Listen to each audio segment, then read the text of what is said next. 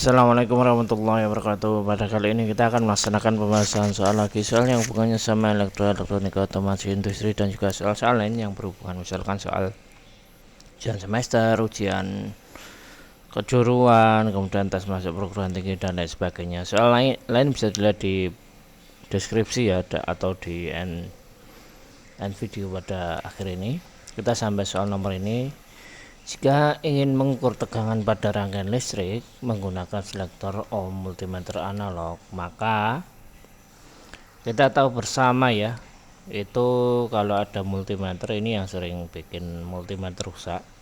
Itu ada satuan di sini, ada selektor. Kalau dipilih ke bagian ohm, padahal ada ini AC volt, ini ada DCM AC volt untuk tegangan AC, tegangan AC. Kalau DCMA itu untuk mengukur arus DC, kalau DCV itu untuk mengukur tegangan DC, dan ini ada satu lagi itu ohm. Nah, prinsip dari ohm ini adalah di sini ada baterainya, baterai ya. Di dalam sini ada dua baterai, ada yang 3 tergantung multinya. Kemudian kalau dia sebagai ohmmeter, ini ada 2 kabelnya ke sini ya, terus ini ngukur resistor. Nah, ini resistor ya, resistor. Prinsipnya adalah baterai ini disambungkan ke sini terus diukur menggunakan ini. Makanya multimeter ini butuh baterai untuk mengukur ohmmeter, karena untuk memberikan suplai daya ke resistor yang diukur dan diketahui arusnya berapa sehingga jarumnya menyimpang berapa. Nah, ketika ini kalau voltmeter kan dia cuma mengukur menggunakan ini meteran ukur, tapi dikasih resistor yang banyak sehingga diperhitungkan resistornya bisa dihitung ukurannya. Tapi kalau khusus ohmmeter seperti itu disambungkan ke baterai, maka ketika digunakan untuk mengukur rangkaian instalasi listrik, yang terjadi adalah ini memang jelas-jelas mengukur tegangan. Yang terjadi adalah terbakar, tapi ini enggak ada ya, bergerak berlawanan, ini juga enggak, menunjuk ke 220 juga enggak, 220 ohm juga enggak. Ini mungkin jawaban yang benar, tidak menunjuk karena sudah terbakar atau sekringnya sudah putus. Bergerak tidak stabil juga biasanya langsung terbakar, karena kalau resistornya enggak kuat, sekringnya enggak kuat ya ini terbakar. Kok soalnya kayak gini ya. Peralatan instalasi listrik yang berfungsi sebagai pengukur daya listrik adalah MCB itu pengaman, MCCB itu ya pengaman juga, MCB tapi lebih gede karena ini molded case, jadi casingnya dicetak untuk ukuran apa ya, ampernya lebih dari 100 apa 60 gitu loh. Maaf saya lupa. Kalau MCB ini yang kecil-kecil itu miniatur circuit breaker, sekringnya ini yang sekring kecil-kecil itu ya, atau biasa disebut fuse.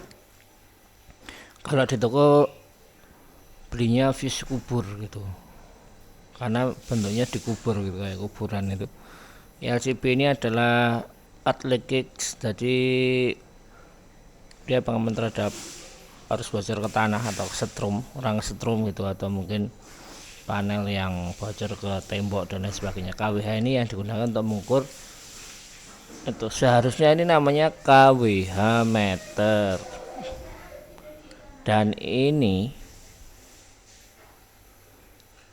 KWH meter ini pengukur konsumsi energi, bukan pengukur daya. Kalau pengukur daya namanya wattmeter.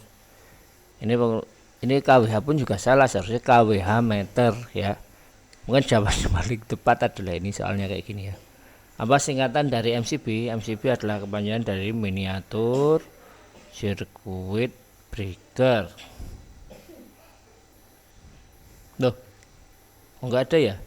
Ini seharusnya mungkin ini ya, enggak sih, jawabannya adalah miniatur circuit breaker ya, miniatur circuit breaker. Yang penting ada circuit breakernya aja lah.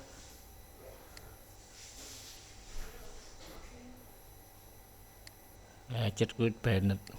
Kok lebih cenderung ini ya, tapi yang benar adalah miniatur circuit breaker.